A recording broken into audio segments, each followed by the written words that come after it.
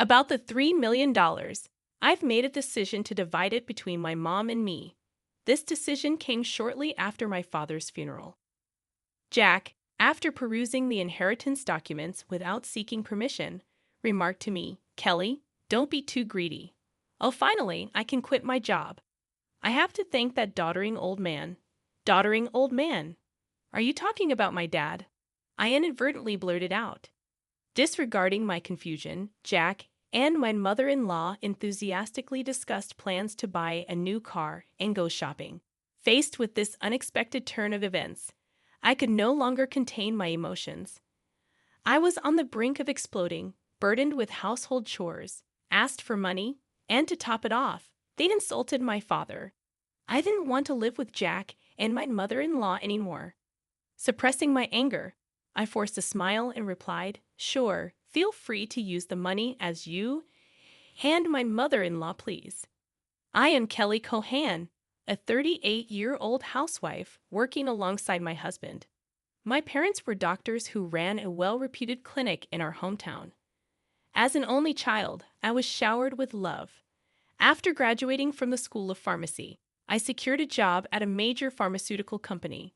Although my parents were disappointed I didn't become a doctor, they respected my decision. 10 years ago, my mother unexpectedly died in an accident, leaving me and my father devastated. During those difficult times, Jack, then my boyfriend, supported me. We met through a mutual friend, and 2 years after my mother's passing, Jack proposed. Jack was an ordinary salaryman in the food and beverage industry. Despite earning significantly more, I believed we could overcome any difficulty and be a happy couple. My father was overjoyed when I told him about our engagement. "I've heard how Jack supported you, Kelly. Thank you so much. Please continue to take care of her," he said. Facing my father, Jack stood straight and promised, "I will make her happy." Standing next to Jack, I was enveloped in feelings of happiness. The following week, we went to Jack's family home to announce our marriage. His mother, with flashy makeup and divorced from Jack's father, evaluated me rudely. "Marriage, huh? You're Jack's choice, are you? Isn't she a bit plain for your choice? And she's older, right? Wouldn't a younger and prettier girl be better for you?" Jack quickly retorted, "Mom, you know M Pharmaceuticals, right? Kelly works there. Her father is a doctor and runs his practice." I expected Jack to praise my character, but instead, he emphasized the financial advantages. Hearing this, his mother's expression changed to one of satisfaction. "Oh, Jack, you should have told me such important things earlier. That changes everything. I happily approve of the marriage.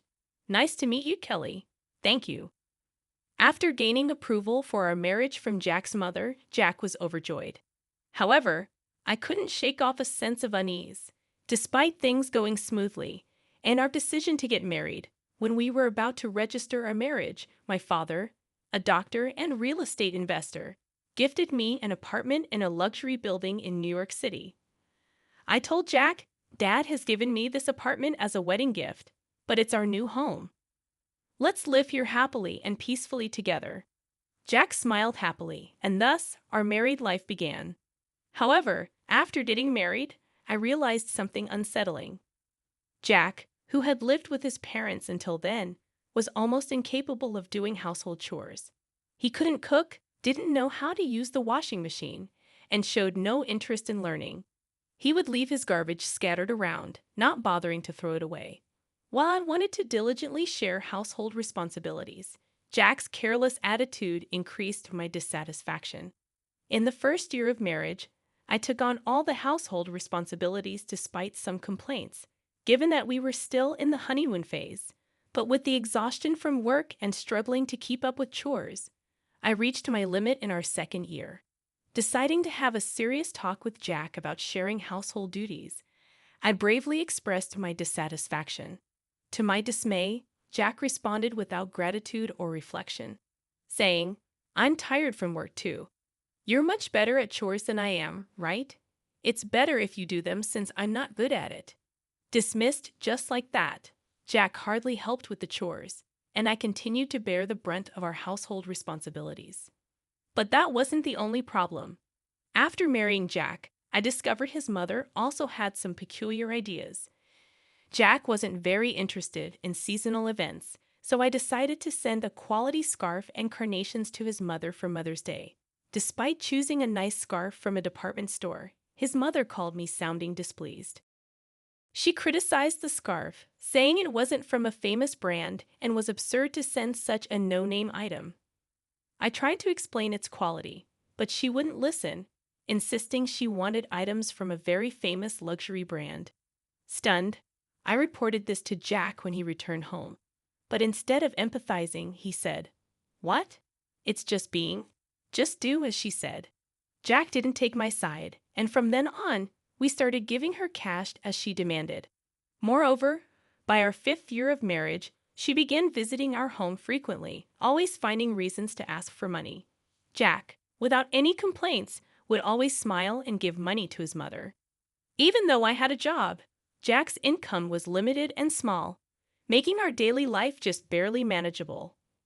Desperation led me to dip into our savings to cut living expenses. Despite my frustrations, I knew Jack cherished his mother, and she was an important person to me, having supported me during tough times. She's the mother of someone important to me, and with that thought, I endured. Now, in our 8th year of marriage, I continue to handle all the household chores and keep giving money to my mother-in-law. One day during this routine, my father, whom I hadn't seen in a while, unexpectedly called me. The story he shared during our rare meeting was shockingly unexpected. He revealed that he was suffering from terminal cancer, and treatment was no longer possible. Overwhelmed with shock, tears spilled from my eyes. My father gently stroked my head, just as he did when I was a child, saying, "Kelly, this is fate. Let's accept it quietly." I questioned, "Dad, why even you?" Thus, my days became a juggling act of work, household duties, and now visits to my father's hospital. While work allowed some flexibility, managing the household was not easy. When I told Jack I would be caring for my father, he showed no reaction or willingness to help. "Well, it's tough with your father's sudden condition, but please do your best," was the only thing Jack said. He visited my father in the hospital only once. I was so preoccupied with my father's care that I had no time to spare for Jack. If I had time to worry about Jack, I wanted to prioritize my father. One day, as my father lay in his hospital bed, he suddenly asked me, "Kelly, how is your marriage with Jack going?" Caught off guard, I found myself thinking about Jack's attitude at home and his mother's behavior. I couldn't answer properly. Seeing my hesitation, my father seemed to understand and spoke to me, "Kelly, you don't have to endure. Think about your happiness. Don't worry. You won't have any hardships after I'm gone." I couldn't hold back my tears and wept, and my father silently and firmly held my hand. 3 months later, the inevitable moment arrived. My father passed away quietly. Engulfed in immense sorrow, I started arranging the funeral. Jack, however, showed no interest in my grief and didn't help with any preparations. Despite this, I was too busy with the funeral arrangements to pay much attention to Jack. Many friends and acquaintances attended my father's funeral, making it a heartfelt farewell. Even the indifferent Jack and his mother attended. The day after the funeral, I received a call from a lawyer about my father's inheritance. I arranged a meeting with the lawyer and listened to the explanation. The information was all new and quite surprising. After deducting taxes like inheritance tax, my father's estate amounted to over $3 million. He had not only earned income as a doctor, but also made real estate investments, leaving behind such a vast fortune, all of it to be inherited by me, his only daughter. Wrapped in surprise and gratitude, yet trembling at the thought of handling such a huge amount of money, I proceeded with the inheritance process. After returning home, I spread out the documents received from the lawyer on my desk. Reading through them, exhaustion overwhelmed me, and I ended up dozing off on the sofa for a short while. When I awoke, I heard the cheerful voices of Jack and his mother from afar. "Huh, Jack and mother too. When did you come?" As I spoke, Jack approached me with a beaming smile, saying, "Yes, Kelly, well done. Huh, what? Confused by his sudden excitement. I noticed the documents in Jack's hand. They were the inheritance papers I had received from the lawyer. Wait, don't just read those without asking. Shocked and angry at Jack for looking through the documents without permission, I raised my voice at him. However, my mother-in-law, unconcerned, happily chimed in, "Wow, an inheritance of $3 million. Isn't that amazing? Now we can live comfortably for the rest of our lives." Confused, I couldn't understand why my mother-in-law suddenly said that. Then Jack turned serious and continued, "By the way, about this $3 million, I've decided that it will be split between me and my mom." It was right after my father's funeral.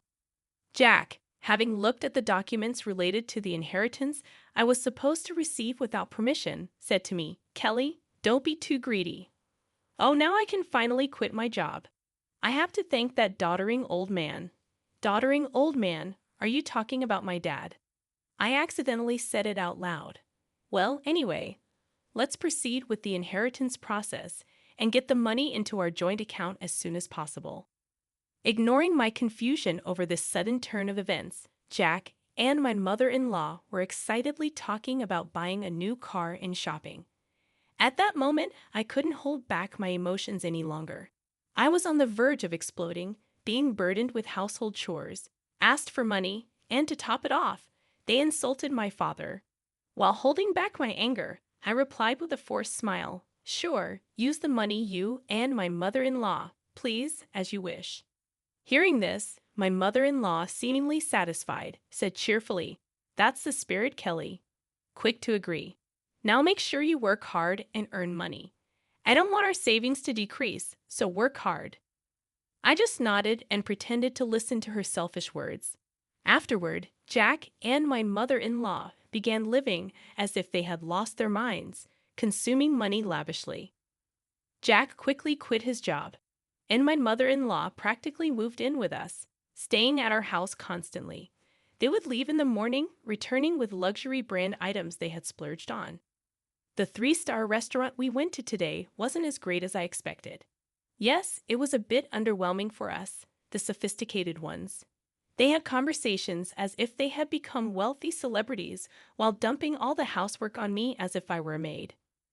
Jack seemed to think my father's inheritance would come through immediately. He carelessly withdrew money from our joint account, and my savings of $100,000 dwindled rapidly. When I protested their excessive spending, Jack just laughed it off. "Huh, what are you talking about? Isn't $3 million coming soon? Then this kind of spending is no big deal." I warned him, "I've already stopped it." But Jack completely ignored me.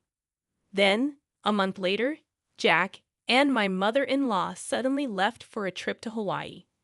I wasn't invited and was left alone at home. After seeing them off, I decided to take action. About a week later, while I was relaxing at home, I heard a loud knock on the door, wondering what was happening. I glanced at the intercom monitor and saw Jack and my mother-in-law, both dressed in aloha shirts, standing at the front door. What do you want?"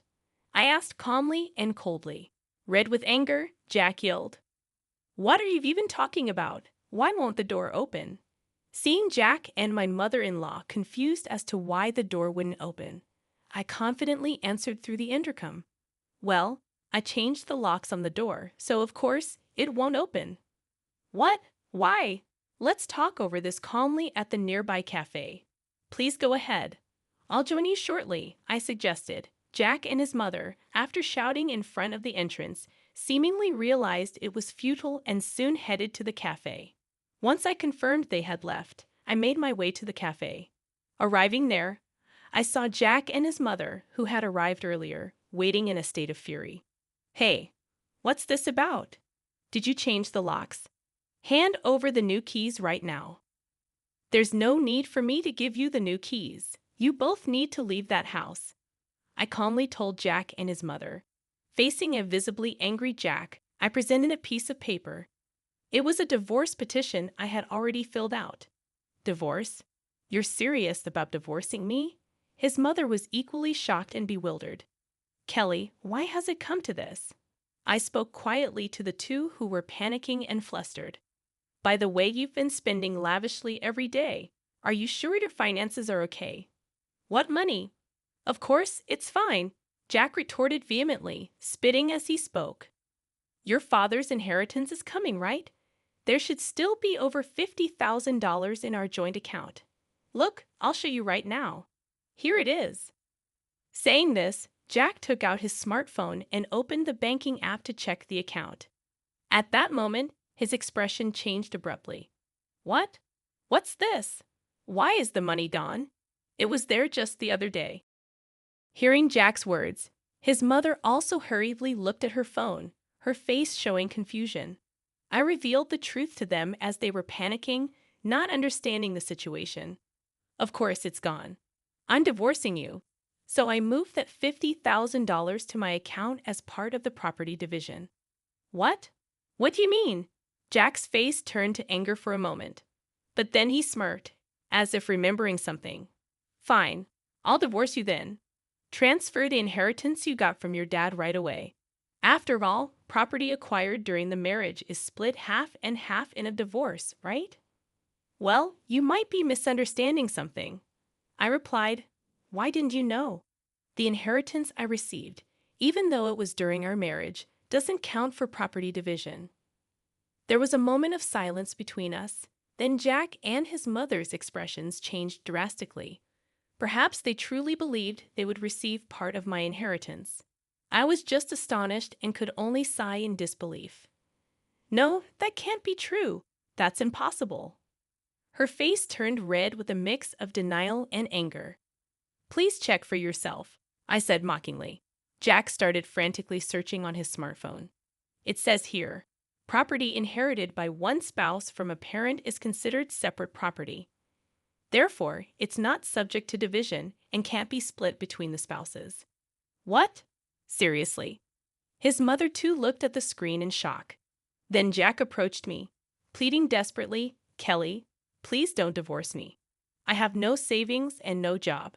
How am I supposed to live if you divorce me?